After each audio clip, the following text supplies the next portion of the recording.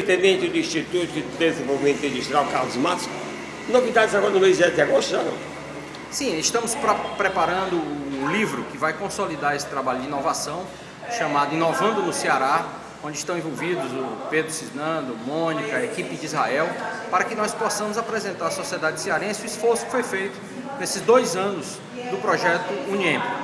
Estamos também com o projeto Aposta da Inovação em andamento, onde haverá, no dia 24, fechamento desse grupo com as conclusões e os desafios para a economia do Ceará, a partir da visão dos apóstolos da inovação. Os apóstolos é aquele intercâmbio dos estudantes cearenses com o ITA? Esse programa tem funcionado muito bem, que tem nos permitido já, inclusive, ultrapassar a barreira do Brasil. Nós estamos aqui com um estudante chamado Nathaniel, americano, do MIT, que está fazendo um estudo junto com a UFC, com mais 5 estudantes da UFC, sobre a produtividade da construção civil no Ceará.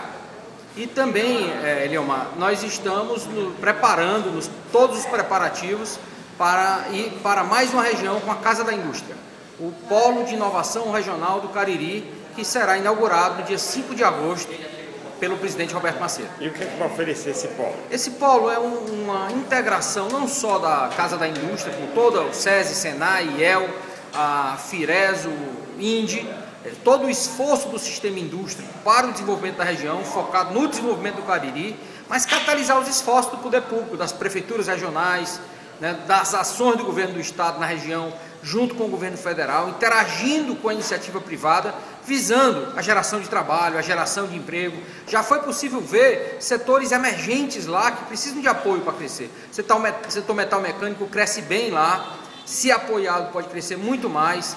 Muito interessante as empresas que fazem joias, joias semi-preciosas, que têm crescido, empresas com 50 funcionários formalizadas, uma característica da região do Cariri. E nós não podemos esquecer que a região do Cariri é o 2º maior polo turístico do Ceará. Recebe quase 2 milhões de pessoas por ano.